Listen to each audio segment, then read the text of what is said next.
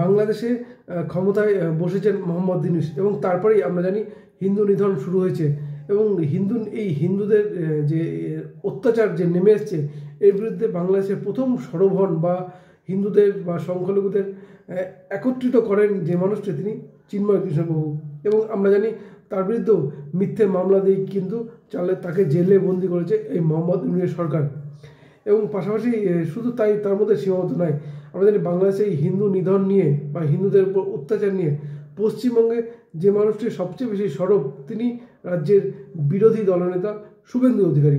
এছাড়া আমরা জানি কার্তিক মহারাজ তিনিও কিন্তু সরব হয়েছেন সুকান্ত মজুমদার, দিলীপ ঘোষ, মুখ্যমন্ত্রী মমতা ব্যানার্জিও মুখ খুলেছেন, কিন্তু সবচেয়ে বেশি সরব বলা চলে, অ্যাগ্রেসিভ বলা তিনি কিন্তু শুভেন্দু অধিকারী এবং এরপর যে খবরটা আসছে যে তার বিরুদ্ধে জঙ্গি হামলা হওয়ার মতো অভিযোগ আসছে, চাঞ্চল্যকর অভিযোগ।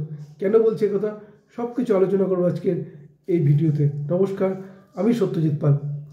শেখ হাসিনা সরকার থাকার পর বা তৃতীয়বার যে ক্ষমতা ফেরার পর যে কোটা বিরোধী আন্দোলন শুরু হয়েছিল সেটা যে শুধুমাত্র কোটা বিরোধী আন্দোলন ছিল না এবং এর পেছনে যে জঙ্গিদের মদত ছিল তা কিন্তু ছাত্ররা প্রথম থেকেই বলেছেন যে আন্দোলনের হ্রাস আমাদের হাতে নেই, কারণ পরবর্তী এই আন্দোলন হয়ে যায় শেখ হাসিনা বিরোধী, সরকার বিরোধী এবং এরপরে কিন্তু দেশ ছাড়তে বাধ্য হন শেখ হাসিনা এবং তারপরেই বিশেষ করে যারা ক্ষমতায় বসেন মোহাম্মদ ইউনূস সহ যে উপদেষ্টা মণ্ডলী তার প্রত্যেকেই দেখা যায় একের পর এক জঙ্গি দলের মদতে রয়েছেন, অর্থাৎ জঙ্গি দলের নেতা, জঙ্গি দলের সঙ্গে সরাসরি যুক্ত এবং এই হিন্দু নিধন নিয়ে বা হিন্দুদের উপর অত্যাচার নিয়ে তারাও কিন্তু বারবার হিন্দু নির্যাতন নিয়ে মুখ খুলেছেন এবং রাজ্যের বিরোধী দলনেতা শুভেন্দু অধিকারী যখন মুখ খোলেন তার বিরুদ্ধেও কিন্তু পাল্টা বিবৃতি দেন এবং এইখানেই স্পষ্ট যে বাংলাদেশের যে নাবালক উপদেষ্টারা রয়েছেন তারা যে শুভেন্দু অধিকারীর বিরুদ্ধে মুখ খুলছেন, সুতরাং তার যে সংগঠন, জঙ্গি সংগঠন, যে সংগঠনের মদতে তারা ক্ষমতায়,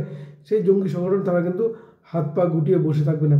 অর্থাৎ সেই জঙ্গি সংগঠন কিন্তু জেহাদি কার্যকলাপ যেমন বাংলাদেশে চালাচ্ছে ঠিক তেমনই ভারতবর্ষেও তারা কিন্তু তাদের সংগঠন বিস্তারের কাজে ইতিমধ্যে লিপ্ত হয়েছে। তার কারণ ইতিমধ্যে কিন্তু বেশ কয়েকজন জঙ্গি কিন্তু গ্রেপ্তার হয়েছেন এবং শুধু গ্রেপ্তার হয় না, তারা বিভিন্ন জায়গায় প্রশিক্ষণের ব্যবস্থা করেছেন, কোথাও মানুষকে বিভিন্ন ছোট ছোট মিটিং করে অনুপ্রাণিত করার চেষ্টা করছেন, অর্থাৎ তাদের যে জেহাদি কার্যকলাপ বৃদ্ধি তা কিন্তু বাড়িয়ে চলেছেন।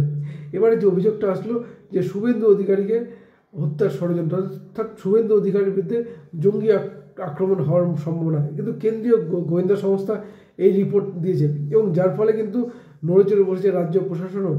কারণ আমরা জানি ইতিমধ্যে কিন্তু যে কয়েকজন জঙ্গি গ্রেপ্তার হয়েছেন এবং ভুয়ো পাসপোর্ট তাও কিন্তু তথ্য এসছে এই বাংলা থেকে, ফলে স্বাভাবিকভাবেই রাজ্যের প্রশাসন সরব বেশ কয়েকদিন থেকেই এবং পাশাপাশি আমরা জানি বিভিন্ন রুট, যে সমস্ত রুট দিয়ে বাংলাদেশিরা ভারতে প্রবেশের চেষ্টা করেন তাও কিন্তু মুখ খুলেছেন শুভেন্দু অধিকারী। ফলে স্বাভাবিকভাবেই এই পরিস্থিতি দাঁড়িয়ে বাংলাদেশের জঙ্গি সংগঠনের যে শুভেন্দু অধিকারী আক্রমণ হওয়া নতুন কিছু নয়, এ কিন্তু বলা যেতেই পারে। কারণ যে সার্জিক আহমেদ যারা রয়েছেন বা উপদেষ্টাতে যারা রয়েছেন তারা প্রত্যেকেই তাদের একের পর এক মন্তব্য কিন্তু হিন্দু বিরোধী, ভারত বিরোধী এবং ভারত বিরোধী নানান মন্তব্য করে গেছেন এবং সেইখানে দাঁড়িয়ে রাজ্যের বিরোধী দলনেতা শুভেন্দু অধিকারী বা রাজ্যের মানুষ বা ভারতবর্ষের মানুষ যে সরব হবেন তা বলার অপেক্ষা রাখে না। জাতি, ধর্ম, বর্ণ নির্বিশেষে প্রত্যেক মানুষের কিন্তু এই বাংলাদেশে যে কড়া মন্তব্য, ভারত বিরোধী কুরুচিকর মন্তব্য, তার বিরুদ্ধে কিন্তু সরব হওয়া প্রয়োজন। আর সেই কাজটাই কিন্তু করেছেন রাজ্যের বিরোধী দলনেতা শুভেন্দু অধিকারী, আর যার ফলে কিন্তু জঙ্গিদের টার্গেটে পড়ে গেছেন তিনি।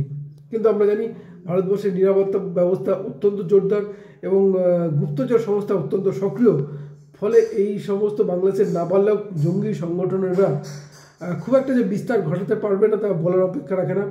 তারা হয়তো ভারতবর্ষের পশ্চিমবঙ্গের বেশ কিছু মানুষকে জড়ো করে তাদের ব্রেন ওয়াশ করার চেষ্টা করবেন, বিভিন্ন মাদ্রাসার মাধ্যমে এই জঙ্গি কার্যকলাপ বাড়ানোর চেষ্টা করবেন, কিন্তু খুব একটা সফল হবে না। তখন ভারতের গোয়েন্দা সংস্থা, ভারতের গুপ্তচর সংস্থা, ভারতের নিরাপত্তা ব্যবস্থা অত্যন্ত জোরদার এবং ইতিমধ্যে কিন্তু রাজ্যের প্রশাসনও কিন্তু যথেষ্ট সক্রিয় এবং এই জঙ্গি কার্যকলাপ খুঁজে বেড়ানোর জন্য তারাও কিন্তু বিভিন্ন জায়গায় এখন নাকা চেকিং শুরু করেছেন। ফলে এই বাংলাদেশে যে নাবালক জঙ্গি সংগঠন যারা রয়েছেন, ডোনাল্ড ট্রাম্প ক্ষমতায় বসলেই তারা যে উপযুক্ত জবাবটা পাবেন তা বলার অপেক্ষা রাখে না। পাশাপাশি আমরা জানি আরাকান আর্মি বাংলাদেশে একটা বড় অংশ দখল করে নিয়েছেন, তা সত্ত্বেও এই নাবালক জঙ্গি সংগঠনদের কোনোই নেই। খুব তাড়াতাড়ি এই জঙ্গিগুলো কিন্তু একদম ধূলিসাৎ হয়ে যাবে। কবে ধূলিসাৎ হয় সেদিকে আমাদের নজর থাকবে, নজর রাখুন আপনারাও। ধন্যবাদ, ভালো থাকুন সবাই। শেষে সকলকে অনুরোধ, আমাদের ইউটিউব চ্যানেলটি সাবস্ক্রাইব করে পাশে থাকুন। ধন্যবাদ, ভালো থাকুন সবাই।